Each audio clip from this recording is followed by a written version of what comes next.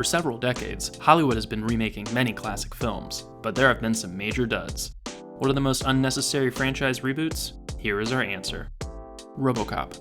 Retaining none of the original's biting satirical tone, 2014's reboot of Paul Verhoeven's masterpiece missed the mark almost completely, instead focusing on the emotional journey of the robotic police officer. It also just didn't feel like Robocop with the PG-13 rating and the modern-day effects. Conan the Barbarian. We'd be willing to bet that most people don't even know that this movie even exists. Although the relentless gore in this version is certainly more faithful to the Robert E. Howard books, nearly every other aspect of telling a story falls flat here. Jason Momoa is certainly a charming fellow, but he couldn't make the weak dialogue work in this easily forgettable remake. Psycho. More of a thought experiment than an honest reboot, Gus Van Sant's take on the classic Alfred Hitchcock thriller occupies a strange place on this list, almost providing a commentary on the reboot trend itself. A shot-for-shot remake of the original using the exact same script, 1998's Psycho was an attempt by the director to see if Hollywood's endless search for moneymaker IPs would work. It did not, with the film being hated by critics and audiences alike. This film serves as some sort of weird statement, though, on the state of Hollywood and its constant remakes and reboots, so in that aspect, it has aged rather well. The Mummy. Usually, Tom Cruise is a major box office draw, but even he couldn't save this disaster of a remake. Attempting to capitalize on the success of Marvel's cinematic universe like many movie studios, Universal Pictures went one step further by announcing their Dark Universe with a cast photo before their first film had even released. Included in the plans were Javier Bardem and Johnny Depp, who never actually shot a single frame for any Dark Universe project. Needless to say, the Dark Universe went up in flames when The Mummy failed to succeed at the box office. The Pink Panther. One of the hardest aspects of rebooting a popular series is recasting iconic roles.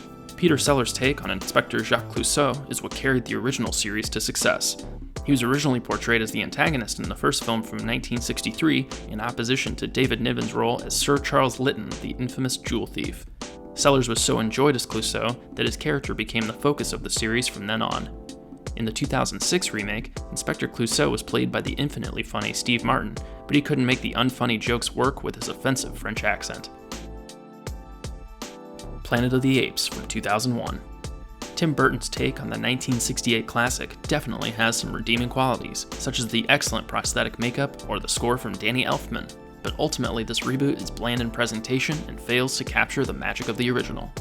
While the Charlton Heston-led adventure was a pioneering look into the themes of persecution and utilitarianism, the Mark Wahlberg-led story was just your basic tale of revolution seen in many movies of the modern era. Not only that, but the ending just left a sour taste in our mouths when compared to the original. Thankfully, Planet of the Apes was rebooted successfully on another attempt with 2011's Rise of the Planet of the Apes. The Karate Kid. Even calling this a remake feels kind of wrong, since the main character in the 2010 film actually learned kung fu, not karate. Changing nearly every detail of a film that was based on cultural history, the Karate Kid reboot feels like a watered-down version of your favorite drink. Jaden Smith and Jackie Chan do their best, but the script is too uninspired and feels like a cynical attempt to just transport the timeless story of Dana LaRusso and Mr. Miyagi to another place. This reboot is a perfect example of adding the wrong new elements to a story that already works. Ben-Hur.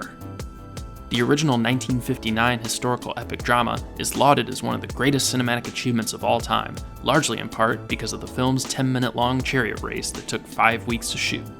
Realistically shot, William Wyler's Ben-Hur stands the test of time, while the 2016 reboot has already been forgotten.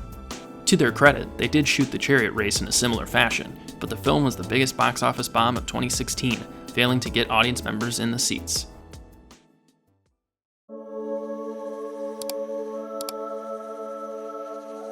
If you enjoy content like this video, please subscribe to our channel for more.